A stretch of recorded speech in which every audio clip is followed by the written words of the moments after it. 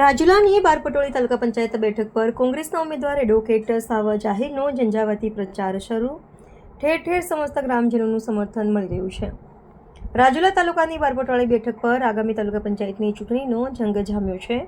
ત્યારે કોંગ્રેસ પક્ષ દ્વારા બારપટોળી બેઠક પર યુવા અને ઉત્સાહી એડવોકેટ સાવજભાઈ વિછીને મેદાનમાં ઉતારતા રાજકીય ગરમાવો જોવા મળી રહ્યો છે. કોંગ્રેસ પક્ષ દ્વારા ઉમેદવાર જાહેર થયા બાદ કોંગ્રેસના ઉમેદવારના પ્રતિનિધિએ બારપટોળી બેઠકના વિવિધ વિસ્તારોમાં ચૂંટણીલક્ષી પ્રચારના શ્રી ગણેશ કર્યા છે. પ્રચાર દરમિયાન એડવોકેટ સાવજભાઈ વિછીને ગ્રામ્ય વિસ્તારોમાં અને યુવા વર્ગમાં વ્યાપક જન સમર્થન મળી રહ્યું હોય તેવું ચિત્ર સ્પષ્ટ રીતે દેખાઈ રહ્યું છે.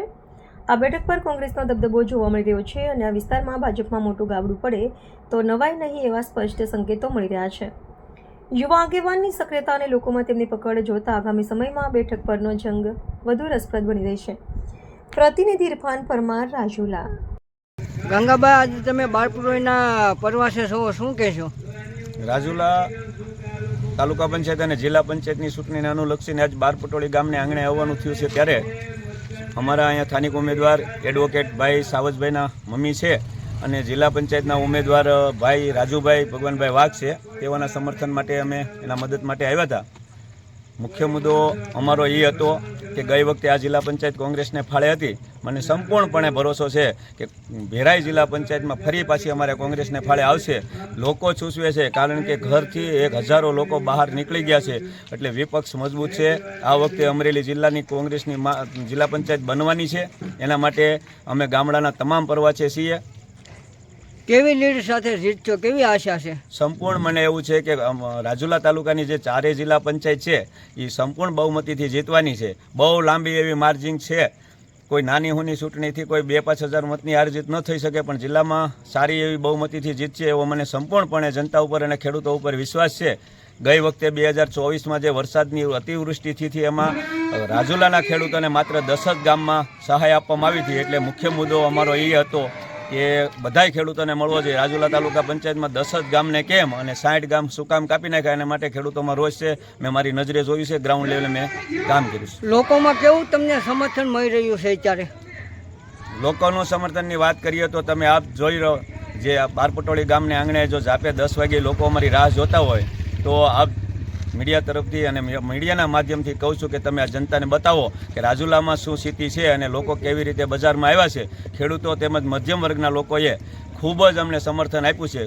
કોટડી જિલ્લા પંચાયત અને ભેરાઈ જિલ્લા પંચાયતમાં પૂર્ણ બહુમતી સાથે અમે જીત્યું એવો મને ચોક્કસપણે વિશ્વાસ છે. ગંગાભાઈ, આપ કોટડી જિલ્લા પંચાયતના ઉમેદવાર છો. ત્યાં કટોકટી છે એવું લોકમુખે સરસાર્યું છે, શું કહેશો? કોટડી જિલ્લા પંચાયતમાં આજે કટોકટી ન હોય, ક્યારેય કટોકટી નહીં હોય. હું સ્થાનિક ઉમેદવાર છું, નહીં કે હું આયાત ઉમેદવાર છું. કુંડલિયાળા ગામનો સરપંચ છેલ્લા 20 વર્ષથી રહું છું. આ વખતે મારા ધર્મપત્ની સરપંચ છે. હંમેશા મારા ગામડા મારી સાથે રહ્યા છે. ક્યારેય કટોકટીની ચૂંટણી ત્યાં નથી. બહુ લાંબા મતની હાર જીત છે. 3000 મતથી વધારે હાર જીતનો સવાલ છે. કોટડી જિલ્લા પંચાયતમાં 18 જ્ઞાતિના લોકોએ મને સંપૂર્ણપણે બહુમતી આપી છે. 18 જ્ઞાતિના આગેવાનો મારી સાથે છે. કટોકટીવાળી કોઈ સીટ કોટડી નથી. આજે ઉપસ્થિત થયા તમામ ભગવાનભાઈ, જયદીપભાઈ તેમજ મારી સાથે પધારેલા હેમાળના પટેલ આગેવાન ઝવેરભાઈ ભટસાળા તેમજ ઘનશ્યામભાઈ શેખડા સહિતના તમામ આગેવાન ભાઈઓ, ઘણી ખરી વાત કરી. અત્યારે શું ચાલી રહ્યું છે, સરકારમાં શું ચાલી રહ્યું છે એની વાત તો મોટી ચૂંટણી છે ત્યારે કરશું. અહીંયા જે નાના માણસો છે, અહીંયા કોઈને કોઈ મોટો કોન્ટ્રાક્ટ નથી જોતો, કોઈને કોઈ મોટી વસ્તુ નથી જોતી.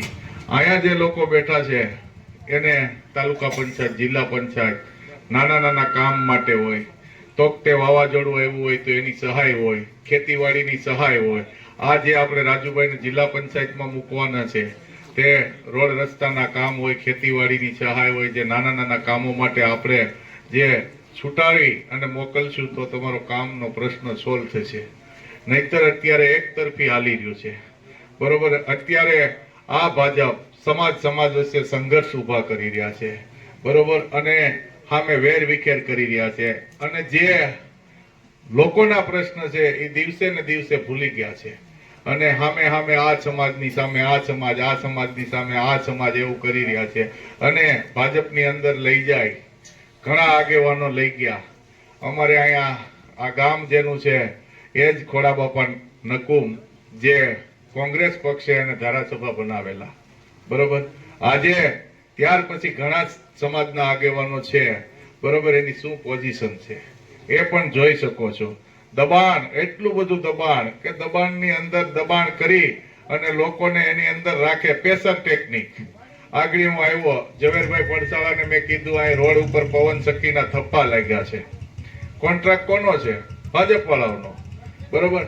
તમે આ અત્યારનું તમે નોંધ કરી લ્યો કે ટીકુભાઈ આ ચોકમાં આવીને બોલ્યા હતા 10 વર્ષ પછી મને કહેજો આ તળમાં ક્યાંય પવન ચક્કી પાણી નહીં રહેવા દે.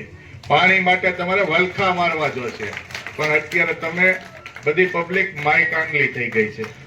કોઈ કોઈની સામે બોલી શકતું નથી, બરોબર. અવાજ ઉઠાવજો નકર પસ્તાવાનો વારો આવશે, બરોબર. જ્યાં જે જગ્યાએ 10-10 વર્ષથી જે જગ્યાએ જે વિસ્તારમાં પવન ચક્કી છે પેટાળમાં પાણી સુકાવા મળ્યા છે.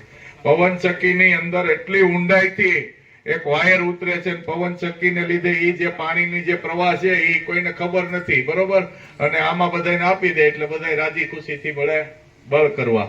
પણ ભવિષ્યમાં તમે બહુ હેરાન થવાના છે. નાના માણસોને અત્યારે તમને ખબર હતી કોંગ્રેસની સરકાર હતી ત્યારે કોંગ્રેસની સરકાર એટલે નાના વર્ગની સરકાર. બીપીએલ માં ઇન્દિરા આવાસની અંદર તમારું નામ બીપીએલ માં સડે એટલે ઇન્દિરા આવાસનું મકાન તમને મળી જતું, કેરોસીન મળતું, રેશન ચોખા મળતા. અત્યારે હવે થોડોક સમય ખમો, 5 તારીખે 5 રાજ્યની ચૂંટણી પૂરી થાય એટલે ડીઝલના 20 રૂપિયા અને પેટ્રોલમાં 25 રૂપિયાનો વધારો પણ આવવાનો છે. અત્યારે સરકારે બધું દબાવીને રાખ્યું છે. કોર્પોરેટ જગત, કારણ કે ભાજપ સરકાર છે એ કોર્પોરેટની છે, લોકોની નથી. કોંગ્રેસ છે તે નાના માણસની, ખેડૂતોની, મધ્યમ વર્ગની, અને ભાજપ છે તે ઉદ્યોગપતિઓની. આ ખૂણામાં જે તમારા અવડા મોટા ઉદ્યોગ છે અહીં તમને